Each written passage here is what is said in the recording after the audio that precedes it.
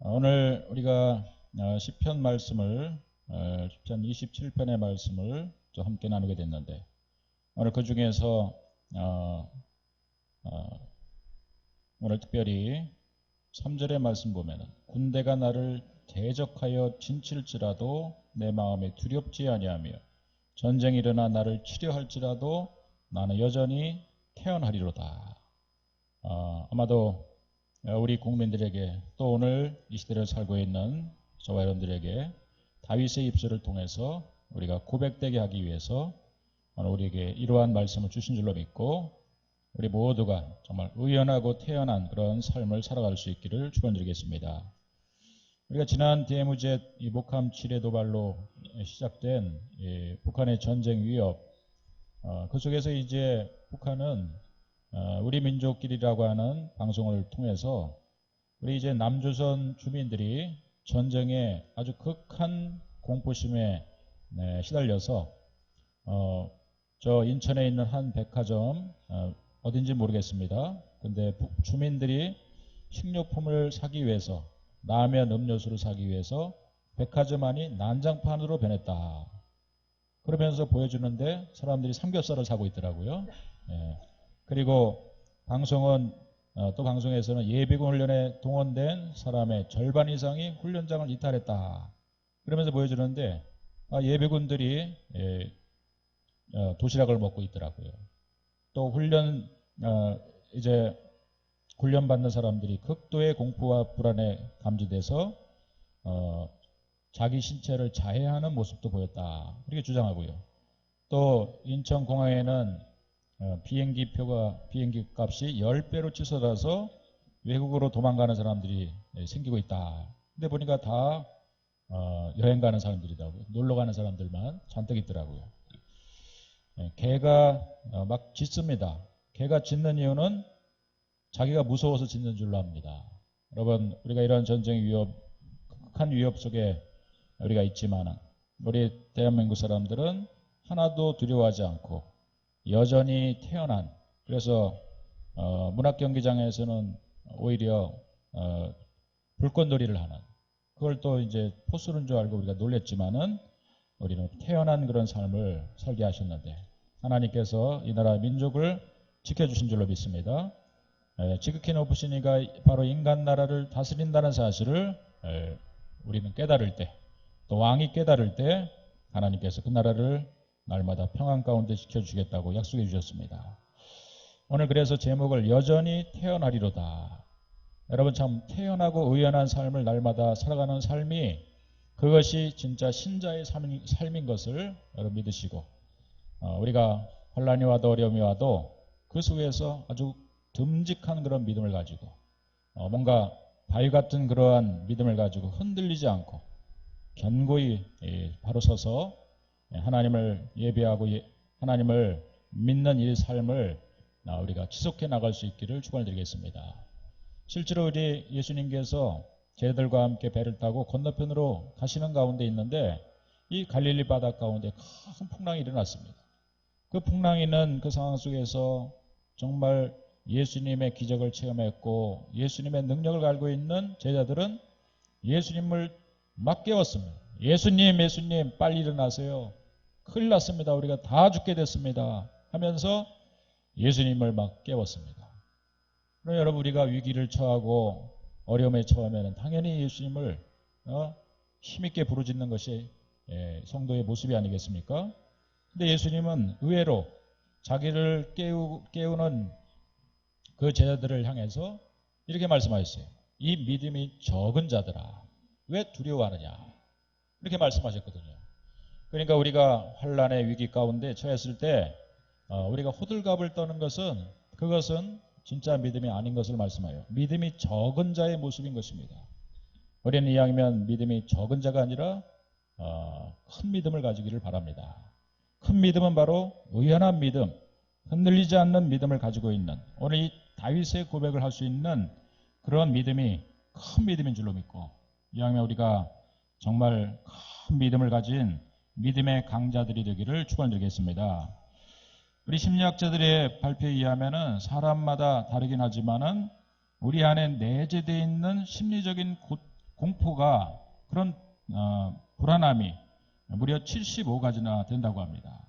그래서 어떤 사람은 높은 곳에 올라가면 고소공포증이 있고 또 낮은 곳을 두려워하는 저소공포증도 있고 또 전쟁이 일어날까 봐 걱정하는 전쟁공포증이 있고 또 모든 것을 새롭게 하는 걸 싫어하는 신공포증이 있고 또 어떤 사람은 망할까 봐 두려워하는 그러한 공포증이 있고 사람마다 이러한 내재된 공포증이 75가지 정도가 사람마다 물론 심리학자들이 발견하고 이름을 붙인 공포증이 75가지나 된다고 합니다.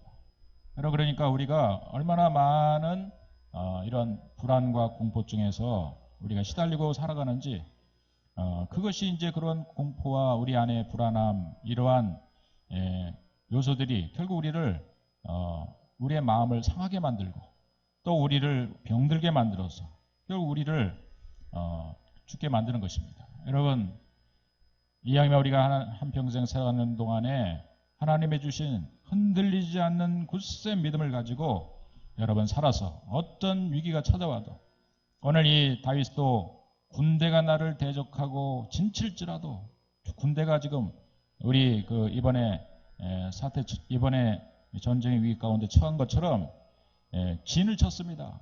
저 전방에 그야말로 이 강한 군대가 강한 적이 진을 치고 있어요. 내 마음 그러되도 내 마음이 두렵지 아니하며 전쟁이 일어나 나를 치료할지라도 나는 여전히 태어나리로다. 이런 다윗의 고백이 있었다는 사실입니다. 여러분 전쟁의 위기만큼 큰 위협이 어디 있겠습니까? 최근에 이제 뉴스를 보면은 이 박근혜 대통령이 전쟁의 위기를 잘 극복해 가지고요. 그 대통령의 지지율이 10%나 올라갔어요. 그래서 무려 49%, 50%까지 우리 백성들이 우리 지지를 보내고 있습니다. 참 박근혜 대통령의 그 얼음공주, 별명이 얼음공주 아닙니까? 얼음공주가 통했습니다, 이번에. 지난번 힐링 캠프에 나와서 박근혜 대통령 되기 전에 썰렁 유머가 아주 재밌었는데 새우하고 고래하고 싸우면 누가 이기게 이렇게 했더니 김제동이가 글쎄요 고래가 이기지 않을 거 했더니 새우가 이긴다는 거예요. 왜 그러냐 했더니 새우는 새우 깡이기 때문에 깡으로 싸우고 고래는 밥이기 때문에 밥이 된다. 새우가 이긴다고 얘기해서 김제동이가 뒤로 자빠졌습니다. 대통령 될 사람이 웃기는데 웃어야죠. 어떻게 합니까? 그래서 거기 있는 힐링 캠프에 사람들이 다 뒤로 자빠졌습니다. 여러분도 웃어야 되지 않겠습니까? 담임 목사가 얘기하면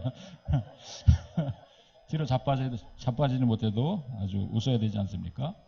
아무튼 이제 이 박근혜 대통령이 이런 위기 상황을 참 태연하게 잘 극복한 것 같아요. 여러분 이것은 한 나라의 지도자뿐만 아니라 정말 믿음을 가진 한 사람의 성도들이 살아가는 삶의 자세는 바로 이런 의연함과 이런 태연함이 있어야 될 줄로 믿습니다. 쉽게 말하면 호들갑 떨지 않는 신앙을 가져야 되는 거예요. 우리가 무슨 일이 생기면 막 호들갑을 떱니다. 막 다 죽을 것 같아요. 난리 법석을 칩니다. 말 그대로 난리라고 하는 건 전쟁이란 말이죠. 난리가 나가지고 큰 일이 벌어질 것처럼 막 얘기를 합니다. 그러나 여러분 한마디로 말하면 하나님이 그곳에 함께 계시다면 하나님이 어떤 상황 가운데도 우리 편이 되어주신다면 결코 나는 두려워하지 않겠다. 나는 태어나고 의연하겠다. 그러한 믿음을 가지고 살아가야 될 줄로 믿습니다. 오늘 이제 다윗은 오늘 이러한 위기 상황을 태어남으로 대처할 수 있는 이러한 자세는 어디서 나왔을까? 우리가 이 시편 27편의 말씀을 묵상하면서 다윗의 그 세계 속으로 다윗의 그가 가진 삶의 세계 속으로 이제 우리가 들어가게 되죠.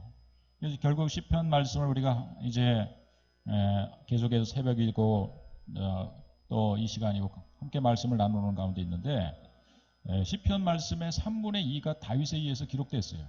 그러니까 다윗을 더 인격적으로 다윗을 또 그의 개인적으로 조명할 수밖에 없는 일들이 생겨질 수밖에 없는 것입니다.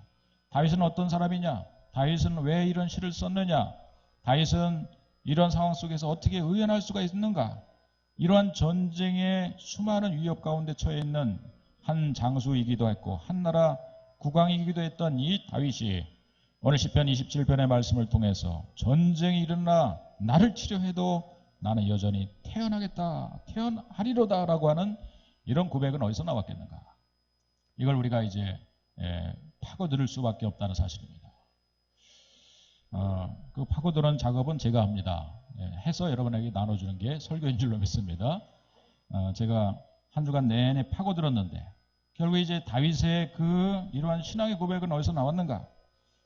사무엘상 17장 37절에 보면은 다윗이 골리앗 앞에서 싸움을 할 때 그런 이렇게 고백합니다.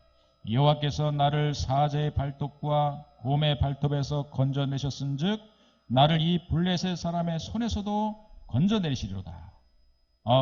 다윗은요 아주 어렸을 때부터 아주 소년 시절부터 사자의 발톱과 곰의 발톱에서 하나님이 나를 건져주셨다.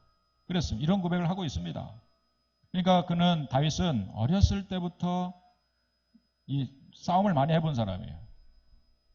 작은 싸움을 이겨본 경험이 있기 때문에 골리앗과의 이 블레셋과의 전쟁, 골리앗이 지금 우리로 말한다면 한 거의 2m 50, 3m 가까운 그 당시에 네피림이었어요. 거인족이었어요. 그가 그냥 위용 있게 나와가지고 지금 이스라엘 백성들을 모독하고 이스라엘 믿는 하나님을 모독하면서 나하고 1대1로 붙자 이러는데 다 이스라엘 군인들은 무서워가지고 나서질 못하고 있었어요. 그러나 다윗이 지금 내가 나가겠습니다. 이 소년 다윗이 내가 목동 생활을 하면서 사자의 발톱과 곰의 발톱에서 하나님이 나를 건져주셨습니다.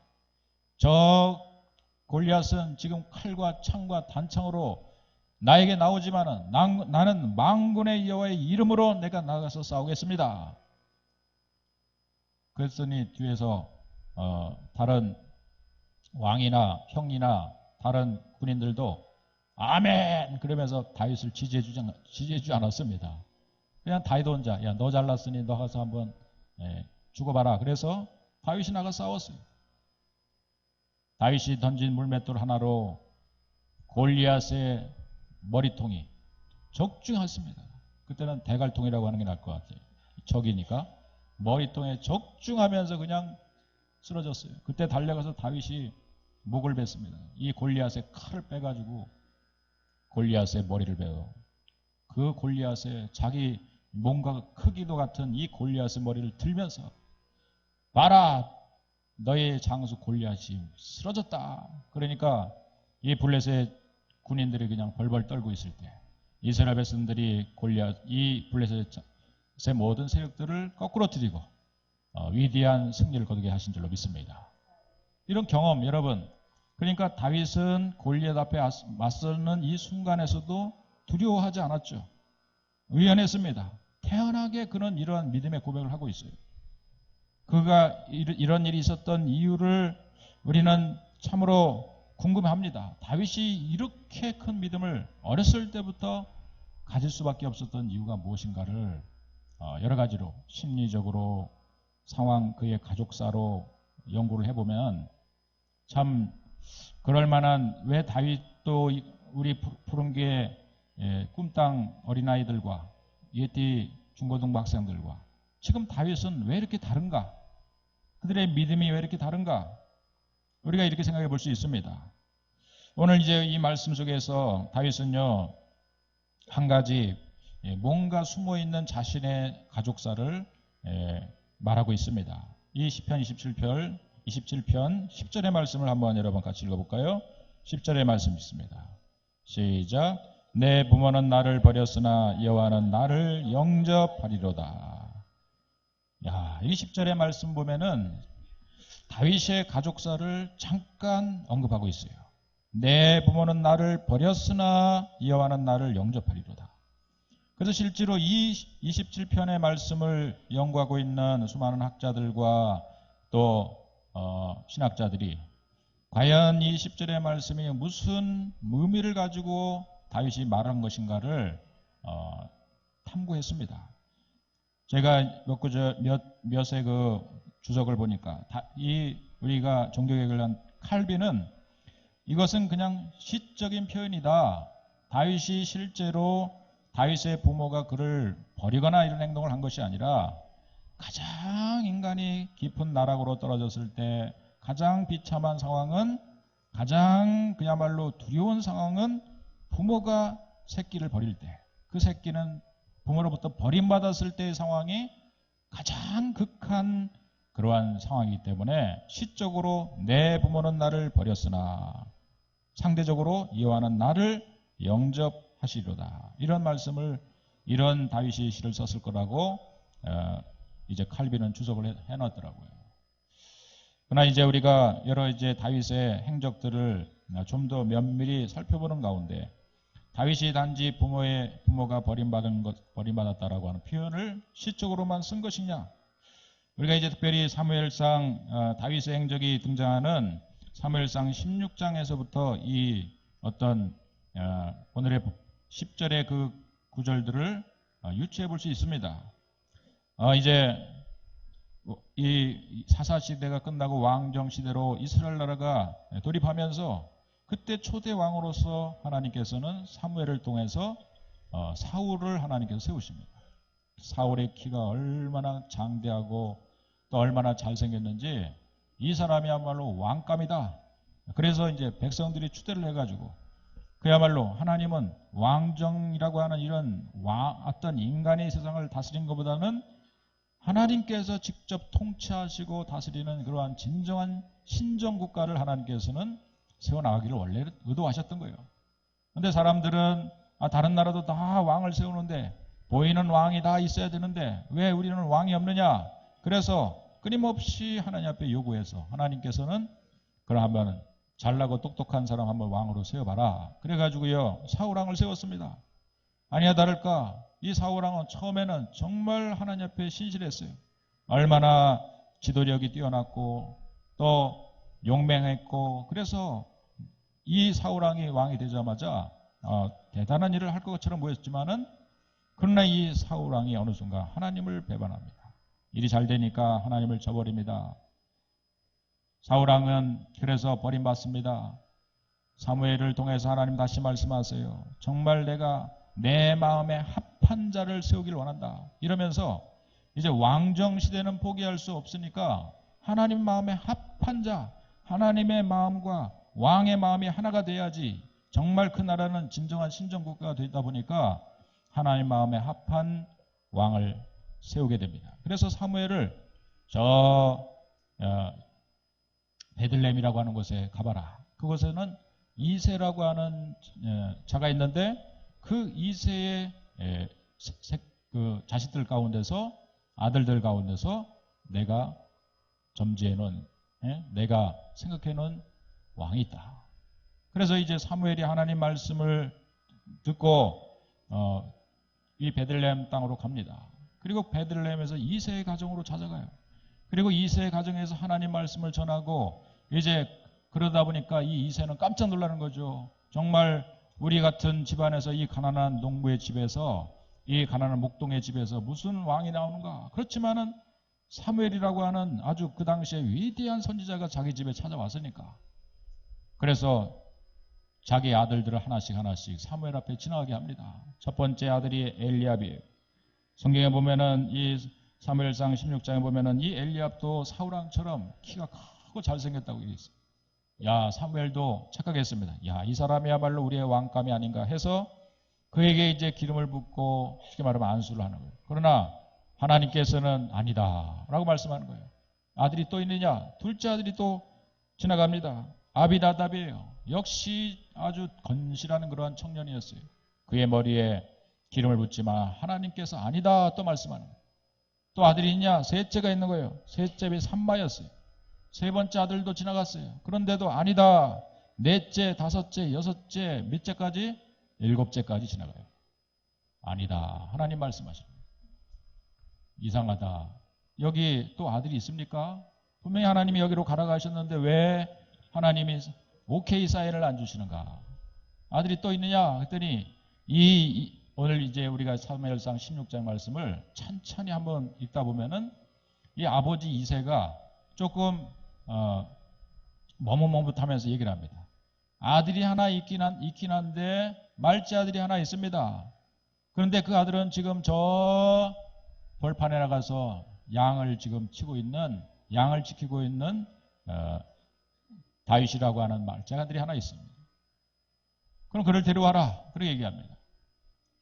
그런데 그 뉘앙스는 뭐냐면은 일단은 우리가 오늘의 이제 이 27장 10절에 내 부모는 나를 버렸으나라고 하는 이 구절의 말씀을 염두에 두지 않고 그 말씀을 묵상할 때는 그냥 그런 줄 알아요. 말째 아들이기 때문에 우리가 장자를 귀히 여기는 그 당시의 내력으로서는 말째이기 때문에 그럴 수도 있겠다 생각하는데 가만히 생각해 보면은 아들이 8명이나 있었어요. 다윗은 그 가운데 8번째 아들이었어요. 그렇다면 여러분 말째이기 때문에 이 3명의 형들은 군대 징집이 돼서 나갈 수 있는 젊은이라면은 뭐 25에서 30까지 되는 그러한 젊은이라면은 막내는 아마 최소한 8번째는 분명히 초등학교도 안 다니는 그런 더 어린 아이일 수도 있는 거예요. 우리가 좀 쉽게 초등학생이라고 한 2, 3학년 정도 되는 학생이라고 생각해 본다면 여러분 형들이 그렇게 많은데 사나운 지금 그야말로 곰이 등장하고 사자가 아직도 있는 그런 들판에 말째 아들을 혼자 나가서 양을 지키라고 하는 아버지가 어디 있겠습니까?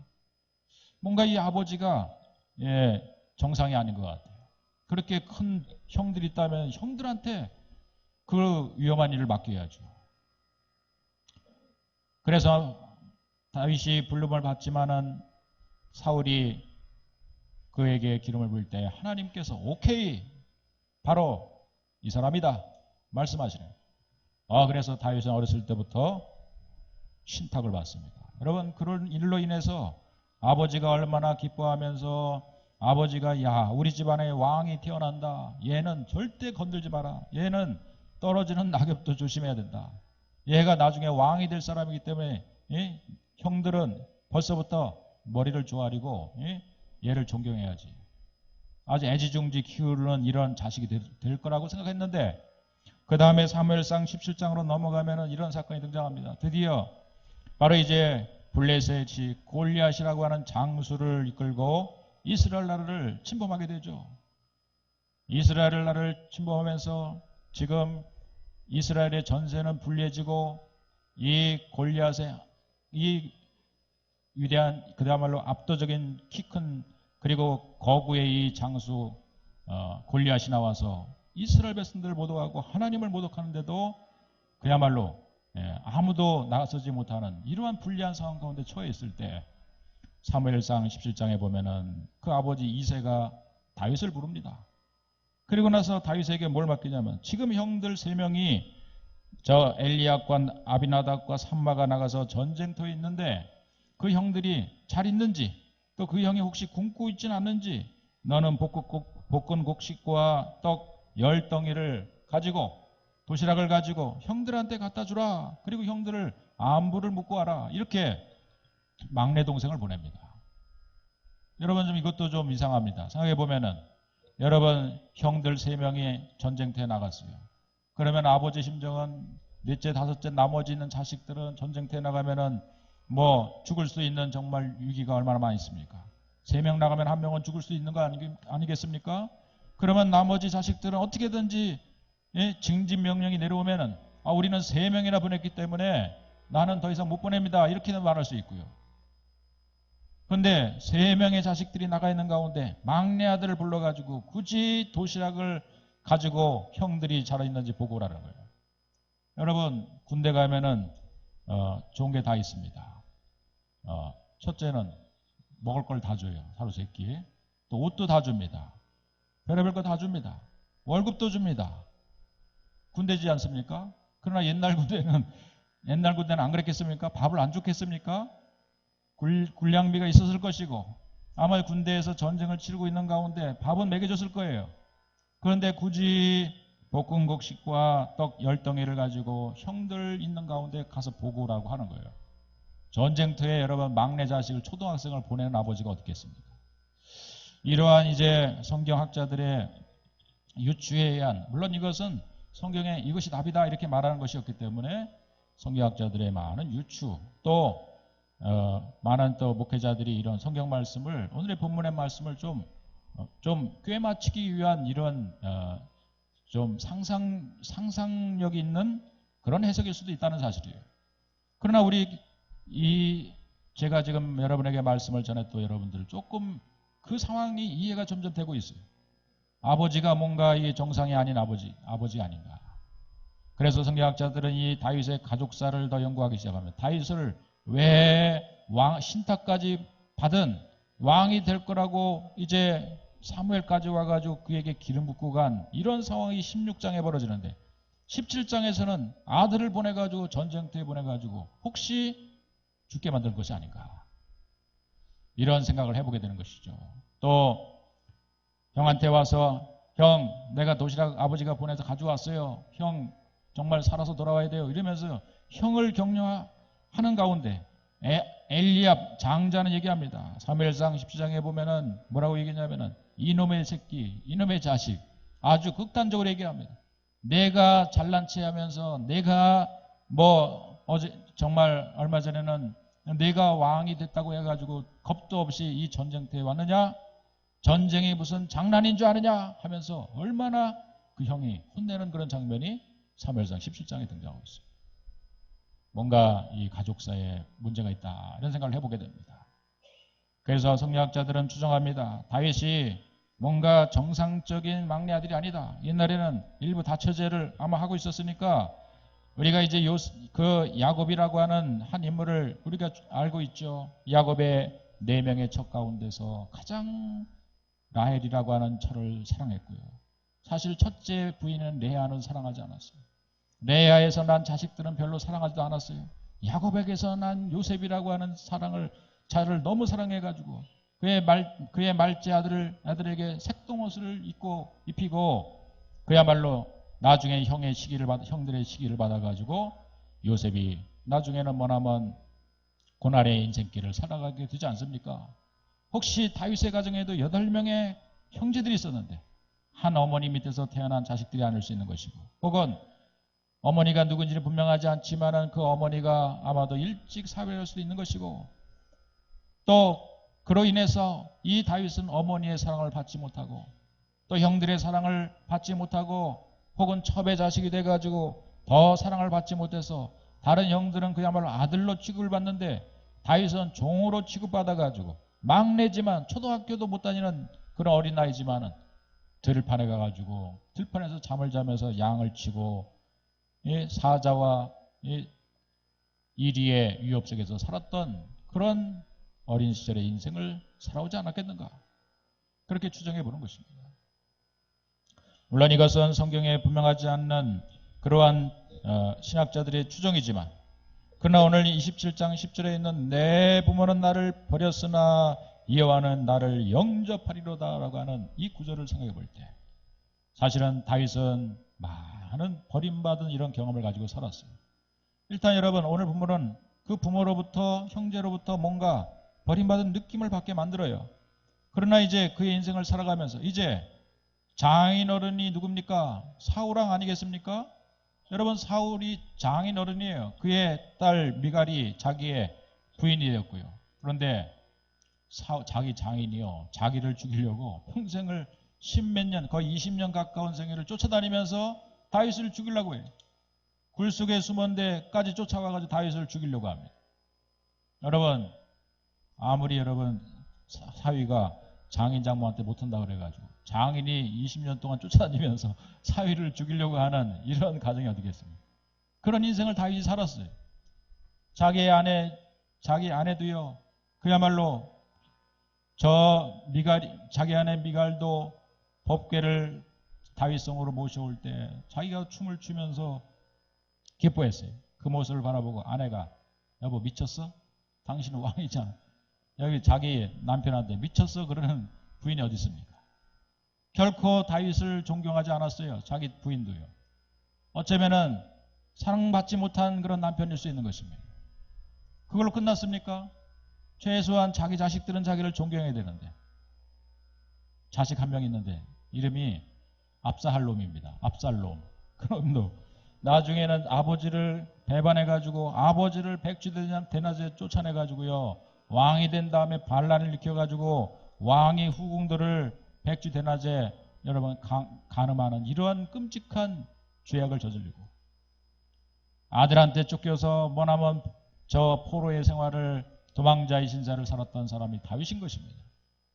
가만히 보면 다윗은 위대한 왕이고 정말 성군이었고, 다윗은 우리는 하나님이 사랑했던 하나님의 합한 자라고 말하지만, 다윗의 개인적인 인생은 가장 사람들로부터 가장 사랑을 받아야 될 가족으로부터까지 버림을 받은 그런 인생을 살아갔던, 처절한 인생을 살았던 인생이 다윗의 인생인 것을 생각하게 되는 것이죠.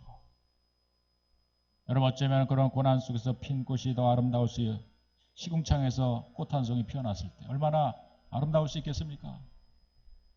옛날 우리가 훈련소 남자들은 가는 훈련소에서 제가 이맘때 5월달 정도에 훈련을 받았는데, 그 훈련을, 힘든 훈련을 받을 때 화단에 장미꽃이 폈는데 그 장미꽃이 얼마나 이쁜지, 야, 장미꽃이 그냥 이 바깥에서 보는 장미꽃하고요, 훈련소 안에서 본 장미꽃이 다르더라고요. 고난 속에 핀 꽃이 아름답다고. 다윗은 참으로 가장 비참한 인생의 나락으로 빠지고 도망자의 신세를 살고 수많은 대적의 위협 속에 살고 심지어는 미친 척을 하면서 살아야 되는 이러한 처절한 인생을 살아왔기에, 그런 인생 가운데 또 하나 그에게 단서가 되는, 정말 이러한 전쟁의 위협 가운데 나를, 악인들이 내 살을 먹으려고 내게로 왔으나 나의 대적들, 나의 원수들인 그들은 실족하여 넘어지고 오히려 군대가 나를 대적하여 진칠지라도 내 마음이 두렵지 아니하며 전쟁이 일어나 나를 치료할지라도 나는 여전히 태어나리로다. 여러분, 그 정도 됐으면 하나님을 버려도 100번은 버리고 1000번은 버렸을 거예요. 그런데 반대로 생각한다면 사람을 한 사람도 의지할 수 없는 거예요. 한 사람도 사람을 믿을 수 없는 거예요. 자식이라 할지라도, 부모라 할지라도, 부인이라 할지라도 아무도 믿을 수 없는 거예요. 오직 그러기 때문에 하나님만 믿는 믿음이 생기지 않았는 거예요. 우리 지도자에 대한 평가를 자꾸 하는 것도 그렇지만, 박근혜 대통령이 얼음공주라고 하는 별명을 붙인 배경도 있더라고요. 그거는 그렇게 좀 냉정하고 여기가 좀 태연한 이런 자세가 결국 북한을 굴복하게 만든 게 아니겠습니까?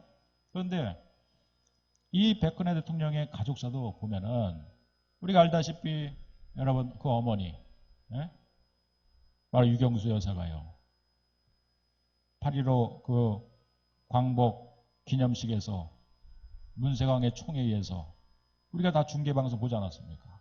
자기 어머니가 머리에 총을 맞고 돌아가셨어요. 그 장면을 딸내미, 아마 그때 당시 초등학교 이런데, 중학교 이런 시절에 정도 다녔을 텐데, 자기 어머니가 그렇게 비참하게 돌아가신 장면을 전 세계 중계방송에서 박근혜 대통령도 봤을 겁니다. 또 그 아버지, 나중에 어머니가 죽고 나서 자신이 퍼스트 레이디가 돼가지고 아버지를, 대통령을 보좌하지 않았습니까? 근데 아버지가요, 가장 5.16 혁명을 하면서 같이 지냈던 정말 동지들이 아니겠습니까? 인생의 동지들. 그 동지에서 총에 맞아서 여러분 바로 밥 먹다가 돌아가시는 이런 역사의 비극을 겪어왔어요. 여러분, 그런 상황 속에서 살았던 한 여성, 여러분 얼마나 어른공주가 안 되고도 남아요. 이상하죠. 그게 사람을 잘 믿지 않는 거죠. 언제든지 사람이라고 하는 것은 배신하고 돌변할 수 있다는 사실을 알고 있는 거죠. 그러다 보니까 개인적인 정의나 인간미나 이런 것이 부족하다고 해서 어른공주라고 하는 별명을 붙인 것입니다. 참 우리가 생각해보면 좀 한 여성으로서 우리가 기도해 줘야 될 그런 마음이 들죠. 여러분, 우리가 대통령 여성이기 때문에 기도하는 것보다는 우리가 우리의 지도자이기 때문에 그분 한 사람의 어떤 그 결단이 어떻게 하느냐의 그 방법이 결국 이 나라를 위기 가운데 처할 수도 있고 우리나라를 살릴 수 있는 중대한 일이기 때문에 우린 지도자를 위해서 날마다 기도해야 될 줄로 믿습니다. 할렐루야. 이러한 다윗도 똑같은 동일한 삶을 사는 가운데 박근혜 대통령은 뭘 의지하고 사는지 모르지만 그렇지만 여러분, 다윗은 오늘 이러한 중대한 위기 가운데 그는 한 가지 붙든 것이 있어요. 그것은 어떤 인생도 나를 버리더라도 하나님은 나를 버리지 않는다. 내 부모는 나를 버렸다. 이거는 그야말로 가장 가까이 있는 사람도 언젠가는 나를 배신할 수 있다는 것을 너무나 잘 알고 있는데 내 부모도 나를 버렸으나 여호와는 나를 영접하리로다. 여러분, 어린 시절에 초등학교 2학년 3학년 된 애가 혼자 막대기 작대기 들고 들판에 나가가지고요 혼자 잠을 자고 밤을 새면서 양을 돌보고 있을 때를 한번 생각해 보세요. 형들은 다 뭐 하고 있고 아버지가 내 진짜 아버지인가? 이런 생각이 들었을 거예요. 아니겠습니까? 그런 상황 가운데 그 가지고 있는 정말 어디서부터 전해온지 모르는, 물론 그것은 저 믿음의 조상 아브라함을 통해 가지고 이삭, 야곱, 요셉을 통해 내려온 정말 그 믿음이겠지만 그 믿음 한 가지를 붙들고 다윗은 그 믿음의 싹을 키운 거예요. 하늘을 바라보면서 우리가 그동안 시편 말씀을 통해 많이 고백했지만 하늘을 바라보니까 이 하늘에 있는 모든 별들과 달들이 나를 보니 하나님께서 지으신 이 창조주 하나님을 바라보면서 하나님에 대한 그 믿음을 키우지 않을 수 없었던 거예요. 또 양을 키우면서 양과 목자의 관계를 누가 잘 알고 있겠습니까? 지금 양을 정말 생명처럼 키우고 있는 이 목동의 생활을 평생 동안 해나가면서 그는 여호와는 나의 목자시니 내가 부족함이 없으로다. 그가 나를 푸른 초장에 누시며 쉴만한 물가로 인도하시노다. 내가 사망의 음침한 골짜기를 다닐지라도 해를 두려워하지 않을 것은, 피해를 두려워하지 않을 것은 주께서 나와 함께 하심이라. 언젠가는 주님의 목전에서 여호와께서 나에게 상을 베풀어 주시는데 주님과 마주 앉아 밥상을 마주 앉아 함께 먹고 마시는 하나님과 아름다운 교제가 있는 그 잔에서 여호와께서 나에게 기름을 부어주시고 내 머리에 기름을 부어주시고 내 잔이 넘치는 이런 은혜를 내가 살아갈 것이다.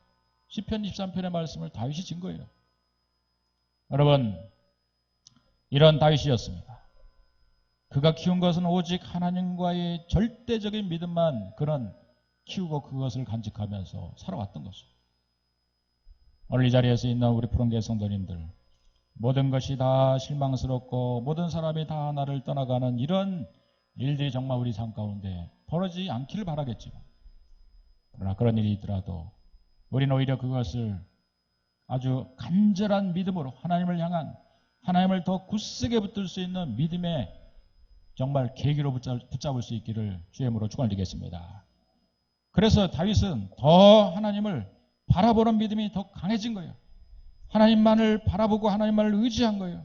하나님이 그 자신의 애인이고 자신의 남편이고 자신의 부모고, 그러다 보니까 하나님을 예배하는 삶이 얼마나 기쁘고 행복한지를 알았어요. 그래서 27편 우리가 다시 돌아오면은 4절부터 6절까지의 말씀을 이렇게 고백하고 있는 거예요. 우리 함께 우리의 입술을 통해서 다윗의 심정에 대해서 한번 고백해 볼까요? 27장 6절부터 시작. 내가 여호와께 바라는 한 가지 일, 그것을 구하리니 곧 내가 내 평생의 여호와의 집에 살면서 여호와의 아름다움을 바라보며 그의 성전에서 사모하는 그것이라.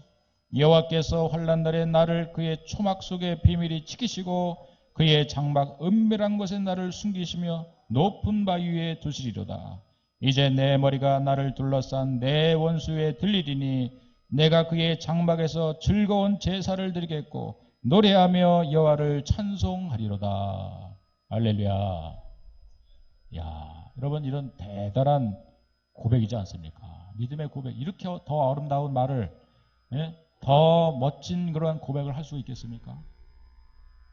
내가 바라는 한 가지는 오직 내 평생의 여호와의 집에 살면서 여호와의 아름다움을 바라보며 그의 성전에서 사모하는 그것이고, 여호와께서 환난들의 날을 그의 초막 비밀이 그 속에서 지키시고 그의 장막 은밀한 곳에 나를 숨기시며 높은 바위 위에 두시리라.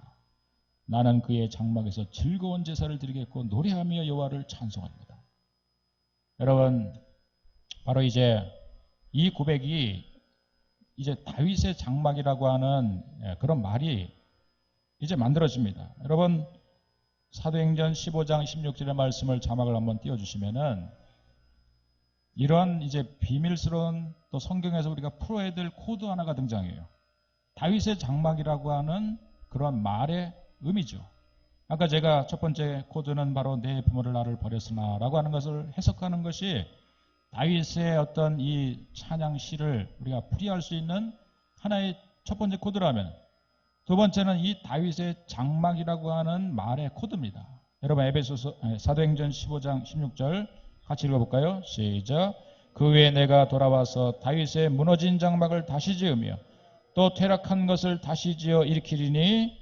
여러분, 이 구절의 말씀 보면은 이제 이 사도행전을 지은 이 사도행전의 기자를 통해서 하나님은 아모스 선지자의 고백을 다시 끌어들여 가지고 내가 이 신약의 시대 가운데 다윗의 무너진 장막을 다시 짓겠다, 이러한 예언적인 메시지를 말씀하고 있는 것입니다.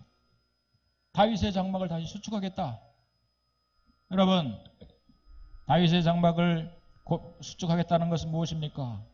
뭔가 그 옛날에 영화스러운 그런 일들을 다시 내가 이 신약의 시대 가운데 오순절마가의 다락방에 모여서 정말 성령의 불같은 성령, 바라같은 성령으로 충만해지고, 그리고 그 초대교회 성도들이 이제 일어나서 하나님의 정말 주님을 향한, 주님을 사랑하는 자들이 불길처럼, 요원의 불길처럼 일어나서 사도행전 땅끝까지 복음을 증거하는 이러한 큰 위대한 불꽃이 계속 지피고 있는 이런 사도행전의 역사 가운데서 이 사도행전은 중반절에서 바로 다윗의 장막을 내가 다시 한번 회복하겠다, 다시 짓는 일을 내가 이 말세지 말에 행하겠다라고 말씀하신 거예요.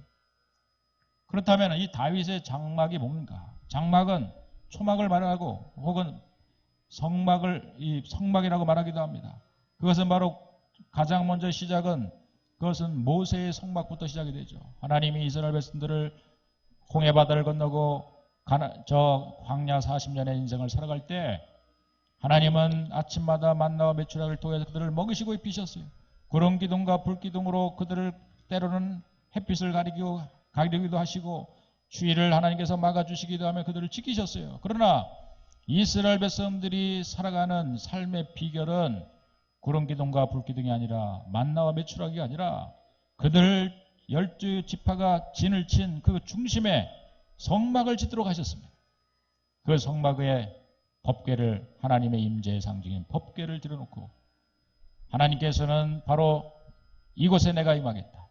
내가 온 천지 만물의 주제고 내가 온 세상에 다 있지만은, 그러나 내가 바로 이곳에 내가 함께하면서, 너희들 가운데 함께하면서 너희들의 기도를 듣고 너희들이 와서 제사를 드리고 너희들이 와서 예배를 드린다면 내가 너의 기도를 듣고 너에게 응답하겠다 하시면서 약속하신 성막이 바로 구약에 특별히 모세에 의해서 시작된 모세의 장막이었다는 사실. 그 모세의 장막이 이제 광야 40년을 지내고 가나안 땅을 정복하면서 가나안 땅으로 들어왔어요. 그러나 그 중간에는 무슨 시대가 있냐면 사사시대가 있었어요. 사사시대는 모든 백성들이 이제 하나님을 떠나서 각각 흩어져 살다 보니까 한 사람도 진정 하나님을 섬기는 것이 아니라 자기 신을 섬기고 자기만의 우상을 섬기는 그런 시대가 도래한 것이 바로 이 사사시대예요. 사사시대에는 저 법궤가 어디 있는지 맨날 불려서 뺏기기도 하고 다시 찾아왔다가 이런 일이 반복되는 것입니다. 다윗이 사울왕에 뒤이어 왕이 되고 납니다. 그리고 다윗은 이제 그 법궤가, 빼앗겼던 법궤가 다시 아비나답의 집에서 회복하고 돌아올 때 여러분, 그 안에서 춤을 추게 됩니다. 왜 춤을 췄습니까? 다윗이 춤을 잘 추는 사람이라서 얼마나 이 법궤가 들어오는 이 순간이 그것이 역사적으로 구속사적으로 그것은 우리의 인간의 역사적으로 정말 중요한 순간이기 때문에 법궤가 들어올 때 춤을 춘 거예요. 하나님의 임재의 상징. 빼앗겼던 법궤를 되찾아올 때. 근데 그 법궤를 어디다 모셔놨습니까? 성전이 있었습니까? 성전은 그 다음에 다윗에 의해서 자기 아들 솔로몬에 의해서 성전이 세워집니다. 다윗은 정말 성전을 세워서 그곳에 법궤를 안치시키를 원했어요. 하나님은 그러나 네 손에 너무 많은 피를 흘렸기 때문에 너를 통해서가 아니라 내 아들을 통해서 내가 성전을 세우겠다 약속했어. 솔로몬이 성전을 건축했지만은 사실은 그 전에 다윗이 모두 준비해 놨던 거죠. 그러나 하나님의 언약의 말씀에 따라 솔로몬이 성전을 집니다. 아마도 이 세상에서 가장 화려하고 가장 멋있고 정말 가장 아름다운 그러한 성전을 솔로몬은 지었죠. 야긴과 보아스라고 하는 큰 두 가지 기둥을 앞에 세우고 하나님이 이곳에 임재하신다는 또 증거로 솔로몬이 성전을 지을 때 구름 같은 영광으로 성전에 임재하셨어요. 그 이후로 그들은 성전 시대가 도래한 것이죠. 이스라엘 나라에. 그런데 하나님은 이제 다시 이 사도행전 15장 16절의 말씀을 돌아오면은 하나님은 이제 다시 한번 그 하나님의 영광을 회복하겠다라고 하는 말씀인데 그 영광을 회복하는데 아마도 우리 생각에는 가장 화려하고 가장 멋있는 솔로몬이 지은 성전의 영광을 솔로몬의 성전을 내가 회복하겠다. 그 성전을 다시 짓겠다 말씀하지 않았어요. 하나님의 율법의 말씀이 처음으로 시행됐고 또 처음으로 성막을 지었던 그 모세의 성막을 내가 다시 짓겠다고 말씀하지 않았어요. 여러분 다윗의 성막은 사실은 흔적도 찾아볼 수 없어요. 40년 동안 광야 40년을 지내오면서 성막은 그야말로 텐트입니다. 여러분 가끔 우리가 어디 캠핑 가는 사람이 많이 들었죠. 텐트 사가지고요 1, 2년 쓰다 보면 다 찢어지고 헤어지고 빵꾸 나가지고요 버릴 수밖에 없는 거예요. 이게 텐트입니다. 광야 40년에 지내왔던 텐트는 다 찢어지고 거기다 꿰매고 낡아 빠지고 그 성전의 모습은 초라하게 그지없었죠. 그러나 다윗은 그것을 자기의 왕궁 앞에 모셔왔습니다. 그리고 그것을 이스라엘의 가장 중앙에 두어서 그곳에 법궤를 안치겠어요. 여러분 다윗이 이 하나님께서 다윗의 무너진 장막을 회복하겠다라고 하는 말씀 무엇입니까? 그것은 가장 위용 있고 멋있는 그러한 성전을 짓겠다라고 하는 것이 아닙니다. 또 그 옛날 율법을 다시 회복하겠다라고 하는 것도 아닙니다. 다윗의 장막을 회복하겠다는 것은 법궤가 들어올 때 춤을 추면서 하나님을 찬미하면서 정말 하나님을 뜨겁게 사랑했던 이 다윗의 그 영광, 다윗은 자기의 영성을 그대로 이스라엘 나라에 재현하면서 하나님이 세우신 신정국가의 위용을 갖추기 시작했죠. 그래서 처음으로 성가대를 조직하고 찬양팀을 조직해가지고 예배를 드릴 때마다 성가대가 찬양을 부르고 찬양팀이 찬양을 부르며 온 백성들이 함께 모아가지고요. 이스라엘 바로 그 성전에 그 아직도 지어지지 않는 비록 초라한 성막이지만 그곳에서 사람들은 모여서 하나님을 예배했습니다. 그때의 예배의 감격은요. 가장 다윗의 영성을 그대로 본받고 뜨거운 예배가 하나 벌려진 것이죠. 어떤 구약의 얽매인 율법에 얽매인 예배도 아니고 유용만 갖추고 화려하게 지어진 껍데기만의 예배도 아닌 정말 하나님 앞에 신령과 진정으로 예배하는 그런 백성들이 모여서 다윗과 같이 춤을 추며 다윗과 같이 소리 높이며 다윗과 같이 하나님을 진정으로 찬미하는 이 찬미의 소리를 하나님은 기억하신 줄로 믿습니다.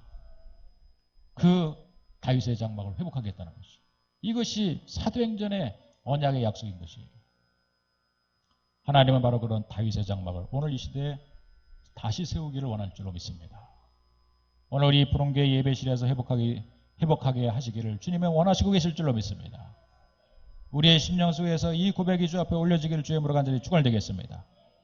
다윗은 하나님을 너무 사랑하니까 정말 하나님을 향한 진정한 예배자의 삶을 사니까 전쟁 같은 건 아무것도 아닌 거예요. 여러분 진짜 이 전쟁을 통치하고 나라와 민족을 세우신 하나님께서 전쟁을 이기기도 하시고 지게도 만드시는 하나님이라면은 물맷돌 하나로 얼마든지 골리앗을 거꾸로 뜨게 만드는 하나님이라면은 진정 하나님을 믿는 이 나라가 아무리 북한한테 군사적으로 좀 힘이 딸려도 여러분 이 나라 세계 만방의 복음을 증거하는 선교사가 2만 5천 명이 넘는 이 한국교회를 이 대한민국을 하나님께서 북한의 손에 넘겨주겠습니까? 여러분 그렇기 때문에 하나도 두려워하지 않은 줄로 믿습니다. 저와 여러분들은 이보다 더 극한 일들을 우리가 맞이할 수밖에 없습니다. 다윗보다 더 극한 일들을 우리가 맞이할 수 있겠습니까? 그런 상황 가운데 우리의 믿음은 증명되는 것이죠. 우리의 위기와 우리의 위협과 또 때로는 버림받은 이런 상황, 우리가 말할 수 없는 그런 깊은 사망의 음침한 골짜기를 걷는 그 순간에 우리의 믿음은 증명할 수 있는 것이죠. 오늘 다윗은 바로 그것을 고백한 것입니다. 군대가 나를 진쳐도 내 마음이 하나도 두렵지 아니하고 전쟁이 일어난 나를 치료해도 나는 여전히 태어나리로다. 야, 여러분 이런 믿음이 진짜 믿음인 거죠. 오늘 여러분 그 믿음을 우리에게 나눠주시기 위해서 우리의 믿음을 다시 한번 검증하기 위해서 시편 27편의 말씀을 다시 우리에게 나누게 하신 줄로 믿습니다. 태어난 믿음을 가지고 의연한 믿음을 가지고 살아갈 수 있는 우리 푸른교회 성도님들 되기를 주의 이름으로 간절히 축원드리겠습니다.